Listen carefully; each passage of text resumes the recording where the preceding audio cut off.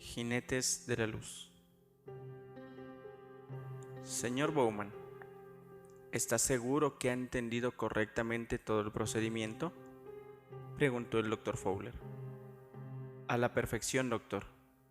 Después de todo, el proceso de teletransporte instantáneo no es nada nuevo. Hoy en día se considera prácticamente un proceso rutinario.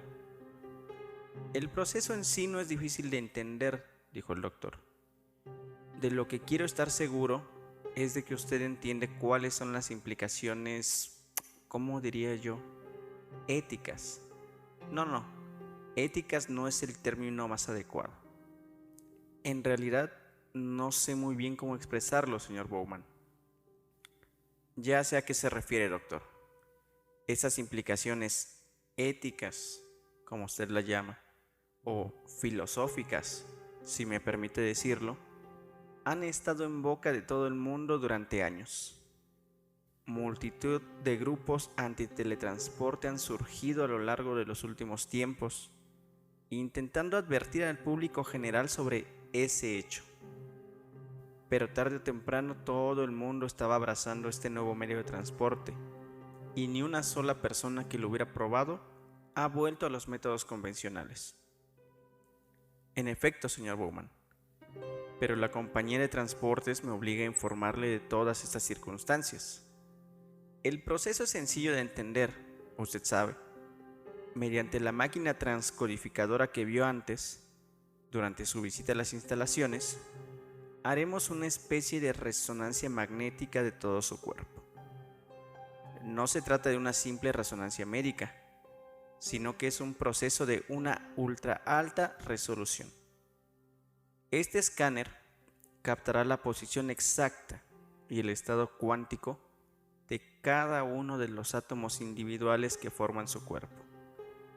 No solo de los átomos en sí, sino de las partículas subatómicas que lo integran.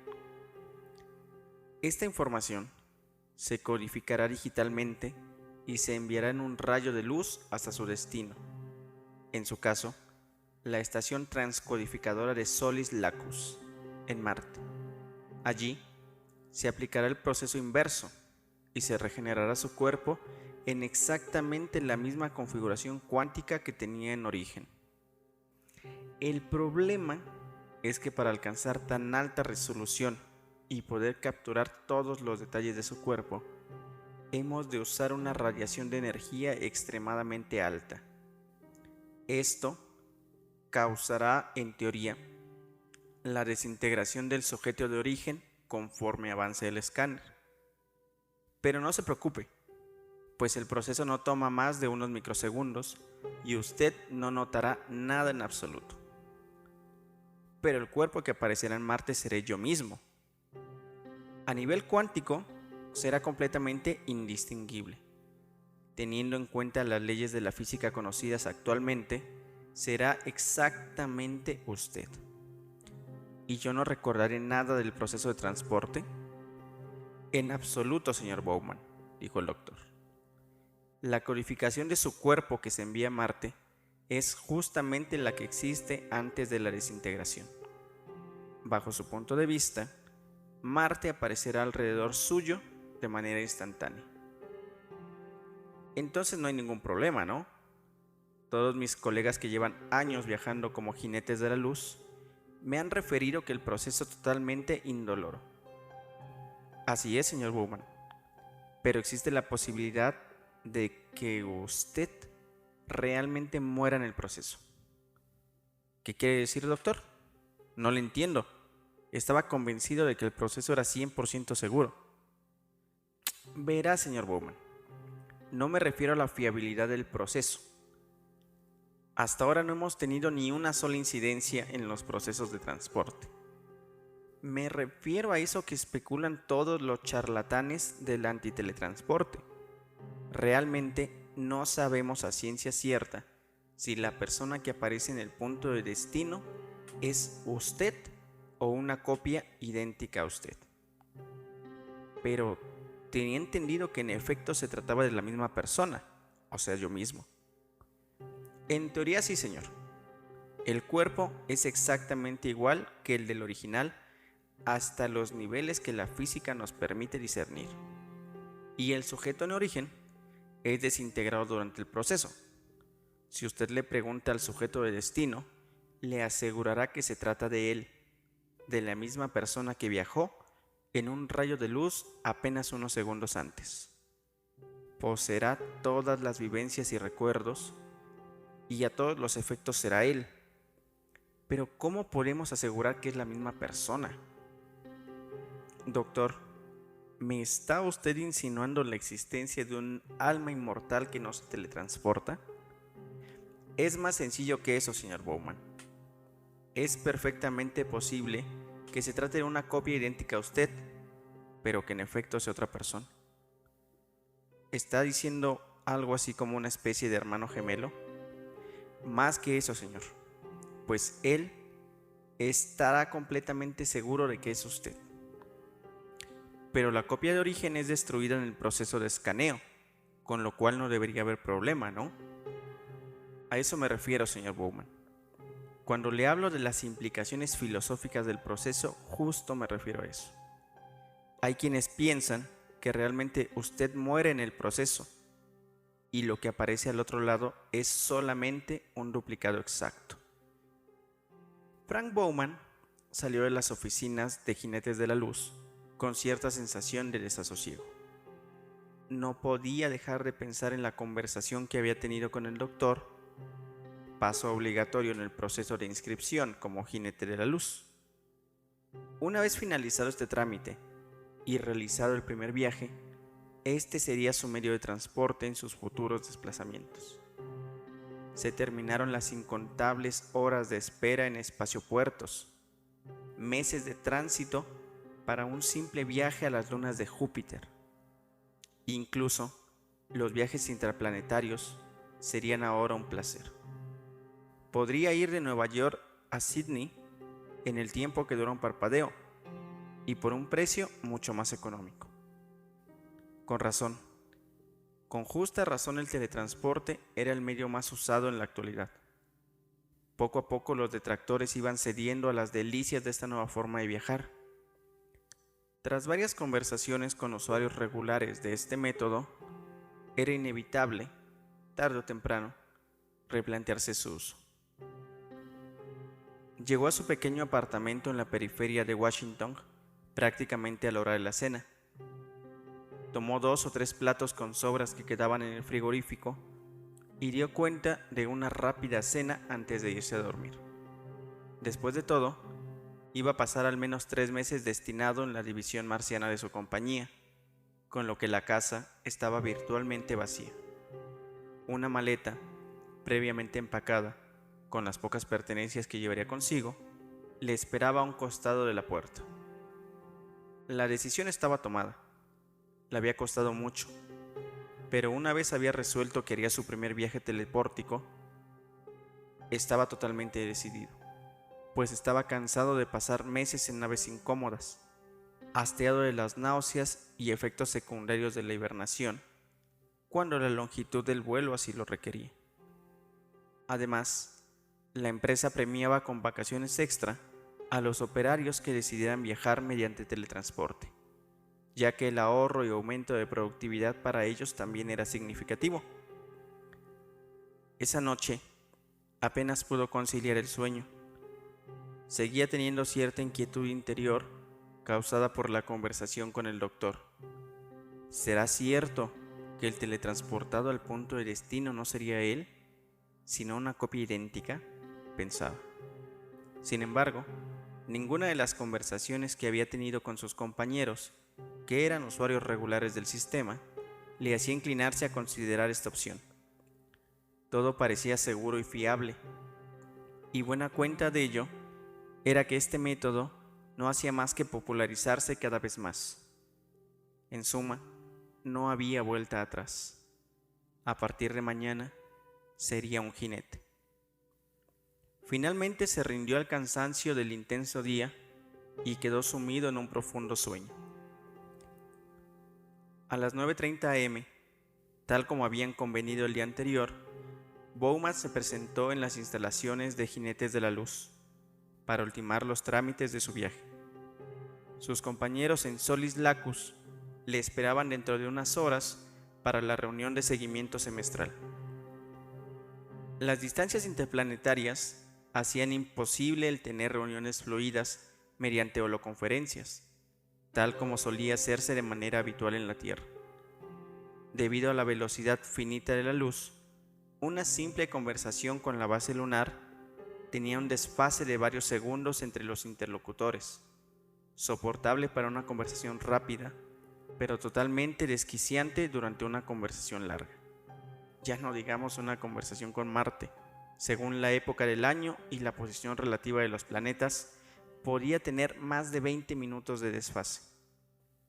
Eso imposibilitaba cualquier tipo de conversación fluida, lo que requería constantes viajes interplanetarios para tratar asuntos importantes.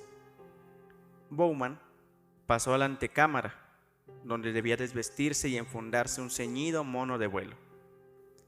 Tanto su equipaje como él mismo serían desinfectados para evitar un posible transporte de gérmenes a Marte.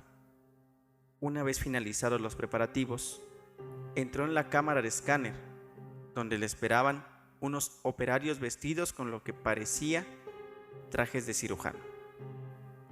«Bienvenido, señor Bowman», dijo uno de ellos. «Tengo entendido que es su primera vez, ¿no?» «Así es», manifestó sin demasiado entusiasmo.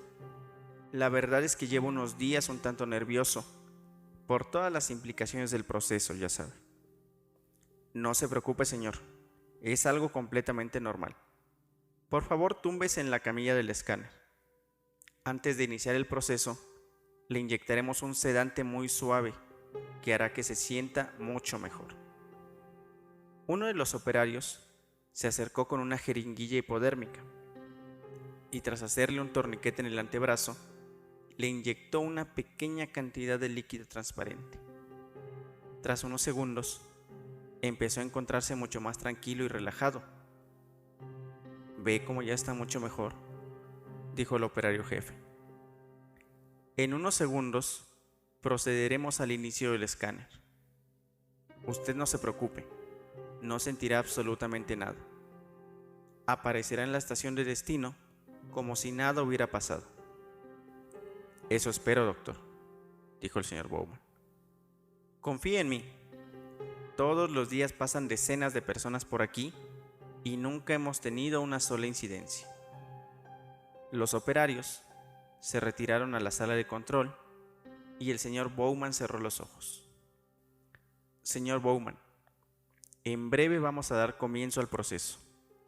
Que tenga usted una buena estancia en Marte», dijo una voz a través de un altavoz. El escáner se puso en marcha con un rugido y Bowman sintió un tremendo dolor por todo su cuerpo. Sintió cómo se deshacía rápidamente conforme los campos magnéticos recorrían los entresijos de su ser. Se sintió morir y supo que su mayor pesadilla era cierta. No reaparecería en Marte, simplemente moriría y una copia se haría cargo de su vida. Su conciencia se fue desvaneciendo rápidamente, pero aún le quedó tiempo para un último y aterrador pensamiento. Y de esa manera, Frank Bowman fue consciente durante unos microsegundos de un hecho mucho más aterrador. Se estaba condenando a morir una y otra vez en cada uno de los procesos de teletransporte a los que se sometería en adelante, ahora que oficialmente era un jinete.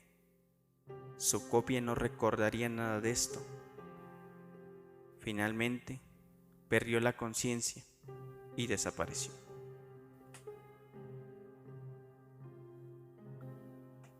Frank Bowman vio cómo a su alrededor aparecía una sala, ligeramente diferente a la anterior. Se incorporó en la camilla y notó extrañeza en sus movimientos. Parecía más liviano. En ese momento, recordó que ya se encontraba en Marte y que su peso corporal se había reducido a un tercio del peso terrestre. Comenzó a caminar hacia la puerta cuando ésta se abrió. De esta aparecieron unos operarios.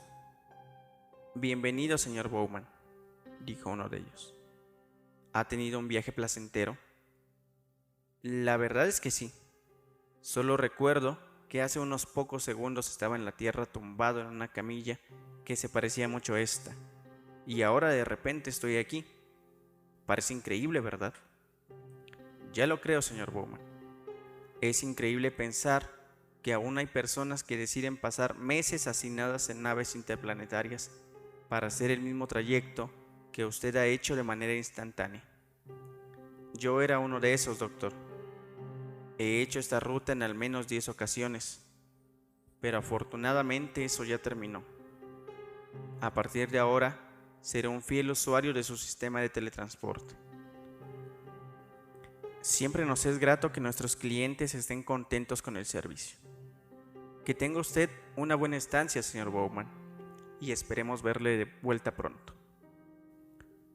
Frank Bowman salió de la estación transcodificadora y se dirigió a las oficinas centrales de su compañía para asistir a la reunión que le había traído hasta Marte.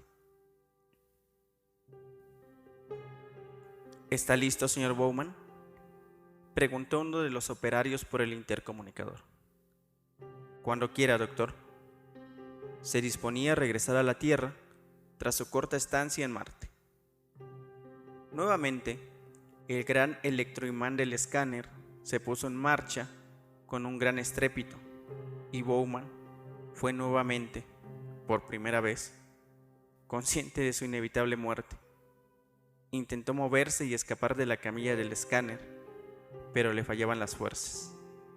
Se desvaneció una vez más, la primera vez para él, y supo que se estaba condenando a morir sin remedio una y otra vez.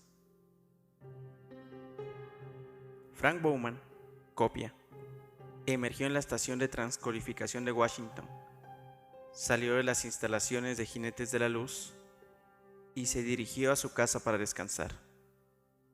Había sido una semana intensa y mañana debía estar en la oficina a primera hora. En un par de semanas, tenía planeado un nuevo viaje al cinturón de asteroides para supervisar las obras de ampliación de la estación de repostaje.